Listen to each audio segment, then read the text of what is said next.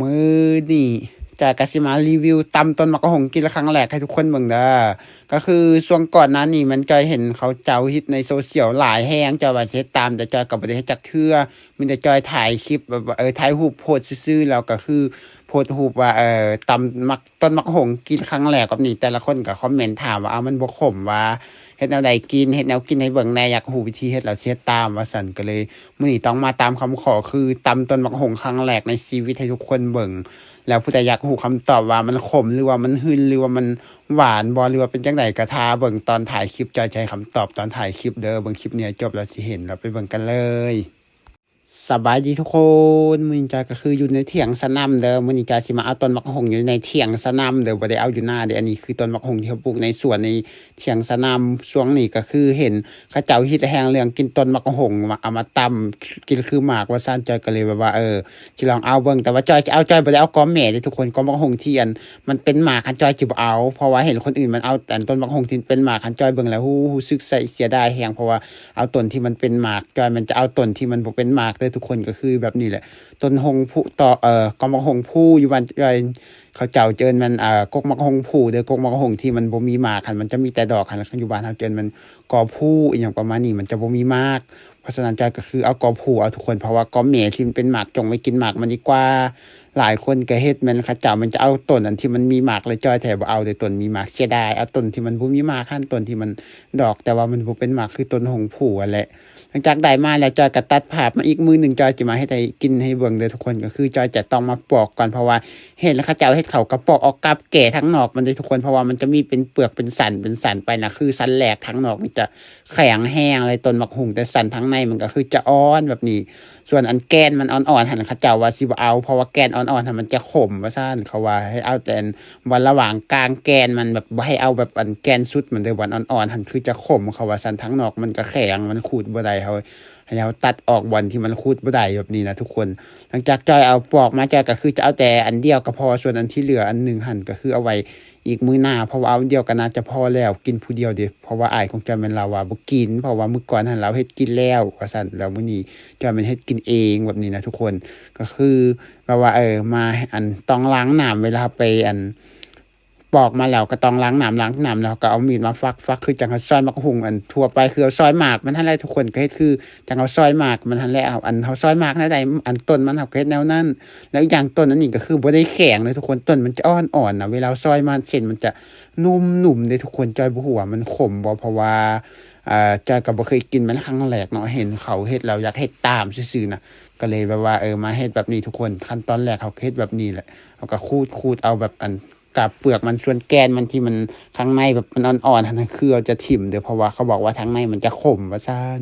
ก็เลยต้องถิ่มมันแกนทั้งในมันเด้อหลังจากนั้นก็คือซอยมาแล้วต่อมาก็ต้องล้างน้ำทุกคนล้างน้ำของจอยแต่จอยกับหัวคนอื่นเขาล้างแนวใดแต่สำหรับจอยมันจอยจะเอาเกลือใส่น้อยนึงแล้วก็เอาข่านแล้วล้างประมาณ152น้ำเด้อทุกคนเพราะว่าล้างเท่าที่มันจะอ่า ล้างเท่าที่มันจะแบบจนกว่ามันจะออกหนามมันว่าทุกคนมันมียางเด้บางอันที่หนามใส่คุณหันบ่แม่นหยังเด้เพราะมันมียางหลายแฮงยางจะหลายกว่าหมากมันเด้อหมากมันจะบ่ค่อยมียางเด้แต่ว่าต้นมันจะมีไม่ยางบางหนามมันก็คือจะขุ่นเลยเวลาเฮาล้างมาทุกคนต่อมาก็คือเกียมจะตำเลยก่อนจะตำจอยก็ต้องเอาครกมาลงก่อนทุกคนครกก็เป็นครกใหม่ไปซื้อมาตำได้ตามใจเลยก็คือตำบักฮงทั่วไปแล้วจอยก็สิใส่มะเขือเทศแห้งแล้วก็ใส่กระเทียมแล้วก็ใส่เกลือน้อยนึงแป้งนัวแล้วก็เอาน้ำตาลใส่กะปิใส่แล้วก็ตำแบบนี้เด้อเวลาตำส้มอยู่บ้านจอยมันจะใส่ทั้งกะปิใส่ทั้งปลาแดกนะทุกคนจอยจะมันใส่กะปิก่อนอย่างแรกเลยก็จะเอาเกลือใส่น้อยหนึ่งเวลาแตงกินแต่ละครั้งจอยจะบ่ขาดเกลือเลยคือเกลือจะใส่น้อยนึงบ่ใส่หลายก็ใส่น้อยนึงแบบนี้นะหลังจากมันตำมันแหลกแล้วต่อมาก็มักเลนใส่เข้าไปเลยมักเลนก็คือจะซื้อมาจากในเมืองคือกัน เพราะว่าจอยปลูกมันยังบ่ทันเป็นหมากไหมทุกคนจอยก็เลยต้องซื้อในเมืองมา มักนาวก็คือกันเด้จอยก็มันไปซื้อในเมืองมาเพราะว่าอยู่บ้านจอยมันมักนาวที่ปลูกมันมีแต่มักนาวฤดูเดียวฤดูนี้มันชอบหากระดอกมักนาวอยู่บ้านเฮานะจอยเห็นในเมืองมันมักนาวเขาปลูกมันมีทุกฤดูกาลแต่ว่าบ้านจอยมันจะเป็นแค่ฤดูเดียวเด้อมันปีหนึ่งมีได้กินเทื่อเดียวมักนาวบ้านเฮานะ ต่อมาก็คือเกี่ยมแบบเอาน้ำใส่น้อยหนึ่งเลยทุกคนเวลาเขาปรุงแล้วก็เอาน้ำใส่น้อยหนึ่งแล้วก็ปลาแดกใส่แบบนี้เอาปลาแดกใส่แล้วก็ซีมเบิ่งว่ามันจบหรือว่าจบแล้วคันว่ามันจบแล้วต่อมาก็คือจะต้องเอาต้นมะกะหงลงไปเลยทุกคนต้นมะกะหงเด้ออันนี้ก็คือเวลาซอยมาแล้วคือมันเส้นมันจะนุ่มแห้งทุกคนมากมันจะเป็นกรอบๆแต่ว่าต้นมันจะเป็นนุ่มๆนะมันจะบ่ได้กรอบคือจังหมากมันได้ทุกคนแต่ว่ามันจะเป็นนุ่มๆแล้วก็อ่อนๆเอามาตำแบบนี้ก็คือ